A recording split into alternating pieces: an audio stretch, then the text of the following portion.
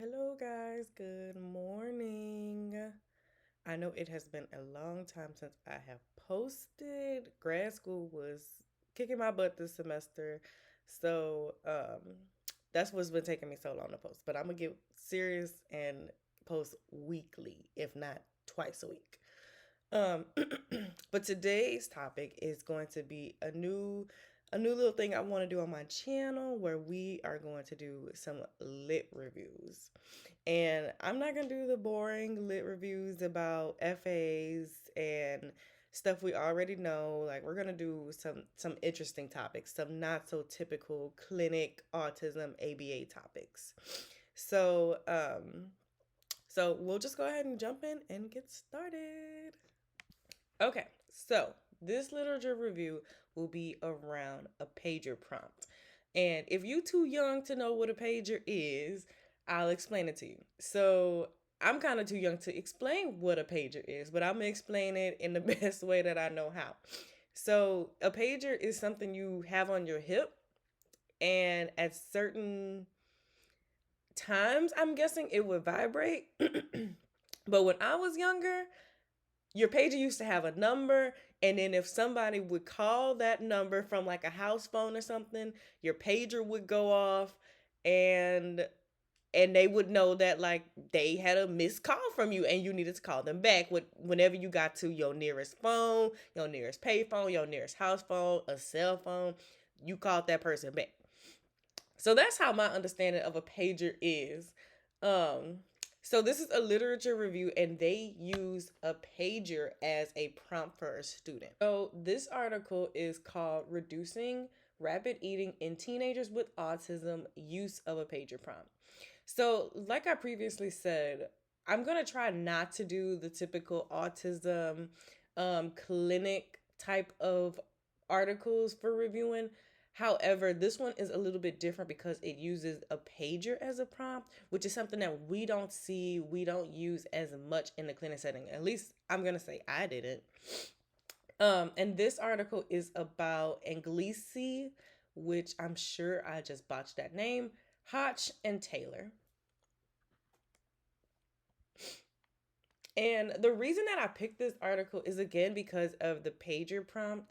But we also, when I worked as an RBT, we did something close to this, if not the same thing as this, with a student, but we weren't reducing rapid eating. We actually were increasing toileting.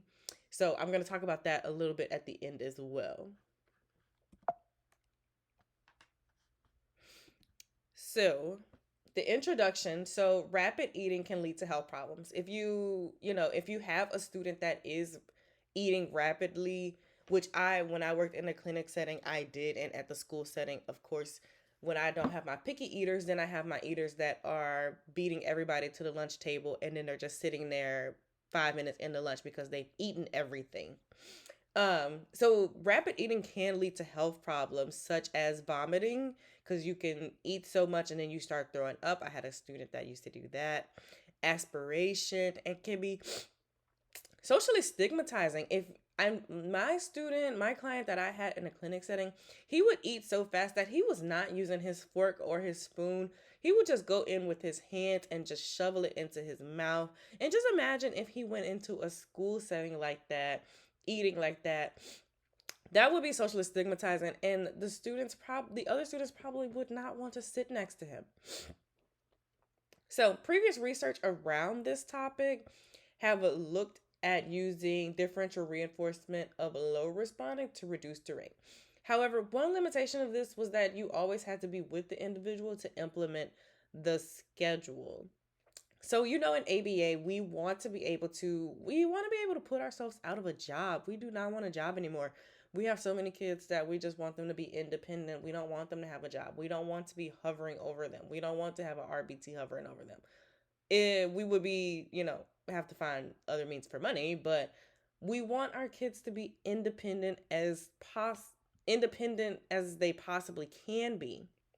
So if we're sitting there hovering over them during lunch, trying to implement this schedule, we are not increasing their independence. So the purpose of the study was to determine if a vibrating pager could be used to cue consumption at fixed intervals in teenagers with autism. So I know what you're thinking. We do not use pagers anymore. That was like early 2000s to be honest. Probably before then. Um yes, and I totally understand that, but something that we do use and which is close to a pager is these watches, these Apple watches, the Fitbits, the Android whatever watch. I only have an Apple over here, so I have no idea what Android's doing on that side of the table.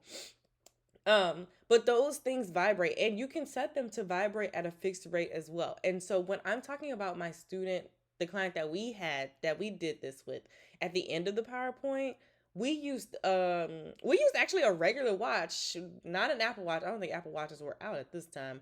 Um we used a regular watch and we got him to increase his independence in going to the bathroom. But we'll talk about that. So, our participants and our setting were they had three teenage boys that were diagnosed with autism. All demonstrated independent eating skills and had a history of rapid food consumption. The setting they were in was a school that served individuals with autism, and a dependent variable was the total number of seconds spent consuming the target food. So for the dependent variable, it was measured using a digital timer which began when the teacher presented the food and ended when the last bite of food was swallowed. But the teacher also took data on a number of bites taken, which you will see in um in the results because they have both on there the seconds that it took them to consume the food and then the number of bites that were taken. So, in the inactive pager prompt, the teacher presented the students target food, and throughout the session, the teacher remained near the students. Prompts and reinforcement were not given, and a student can consume water or juice at any time. So basically, this was their kind of their baseline.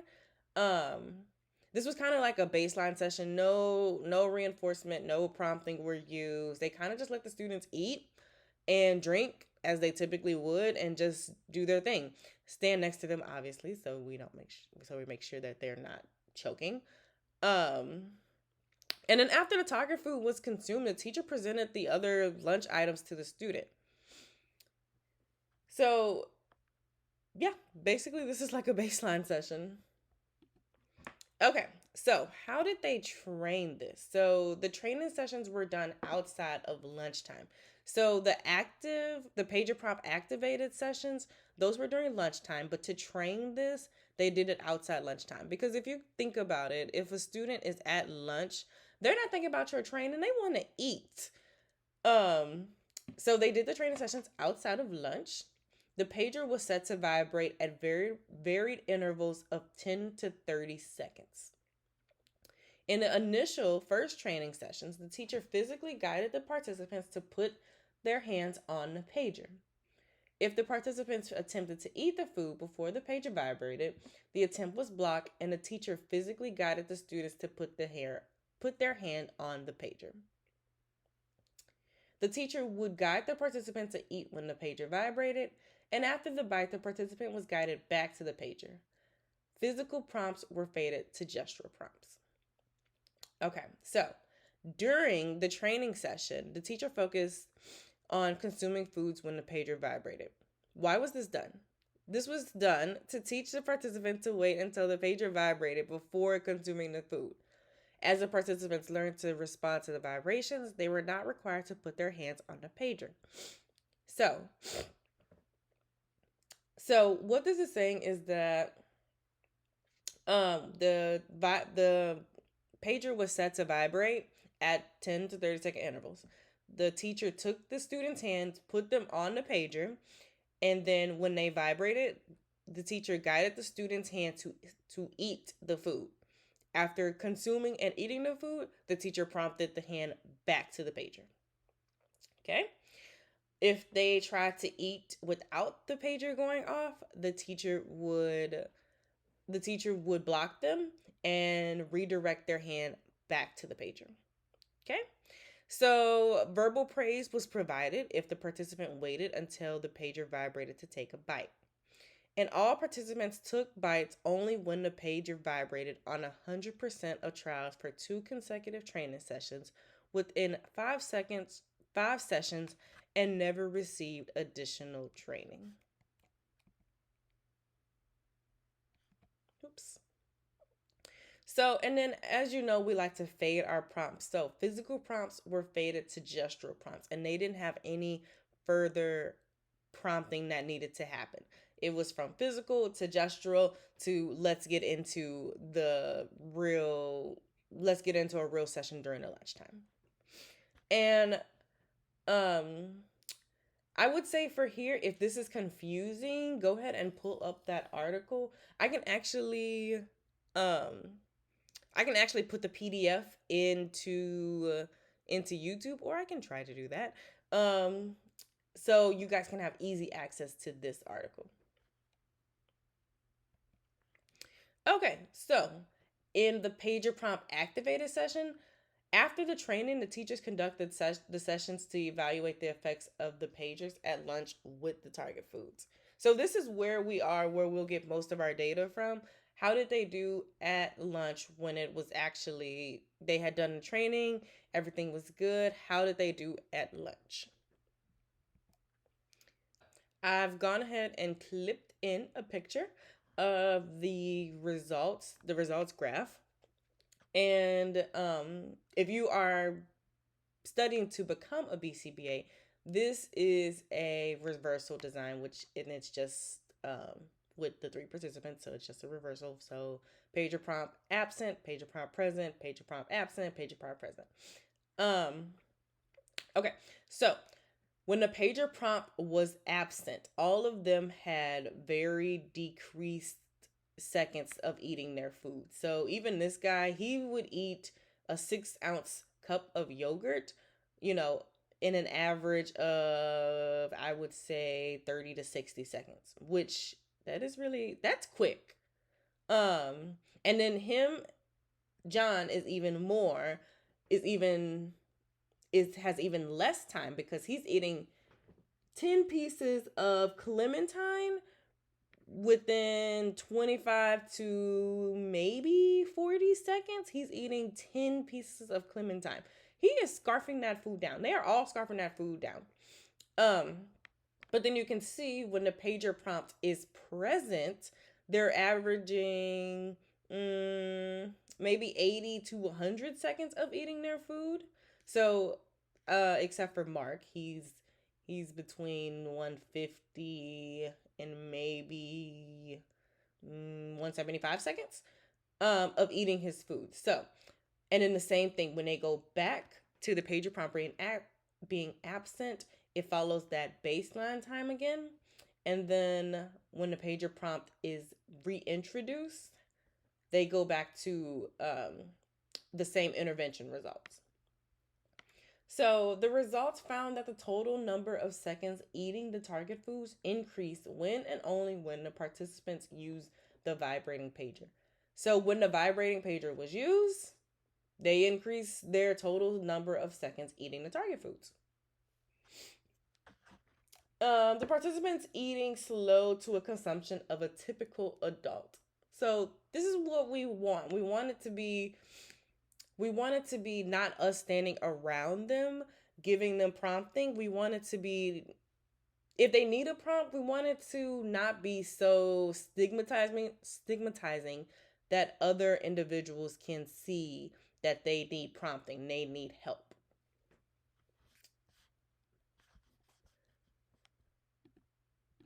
All right, so when we did this in the clinic setting, what did we do? We had one teenage student, and he was 16 years old, and the purpose was to use a nonverbal prompt to increase his self initiations of going to the bathroom. So this is where, when you're first onboarding a client, this is where it's important to get with the parents and say, what do you want to work on? What do you want to see when your time here is up? What do you want your child to be able to do? Because when this parent first came in, she expressed that she has to tell him to go to the bathroom all the time. And he also had cerebral palsy. So he wouldn't feel when he needed to go. That was the first thing. And then she would have to tell him all the time to go. But she was starting to see, like, he's 16. I can't be with him all day, all the time, telling him to go to the bathroom, especially because um, he was about to graduate high school. So, like, the teacher wouldn't be able to be with him all day anymore to tell him to go to the bathroom. So, that mom was thinking about that stuff. So, we had to come up with a nonverbal prompt to increase his self initiations of going to the bathroom. And I will add here that he could go to the bathroom by himself. Like, he can go in the bathroom, pull down his pants, sit on the toilet, stand if needed, and like do all the bathroom things by himself. It's just that he could not feel when he needed to go because of the cerebral palsy, and he just wouldn't go. He couldn't self initiate. He just wouldn't go. So our procedure was that we set the interval on his watch, and also he didn't mind wearing a watch for every 3 hours. So when the watch alarm sounded, the participant was prompted to go to the bathroom.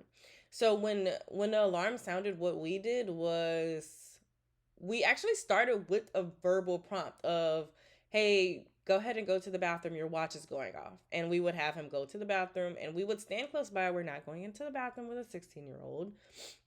Um, and but then the verbal prompt was faded, so the participant went to the bathroom when the alarm watch went off.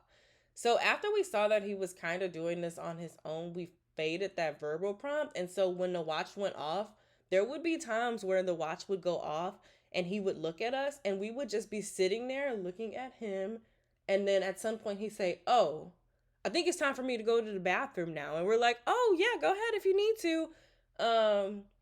So, like, we're just fading that verbal prompt out so he can start independently going to the bathroom.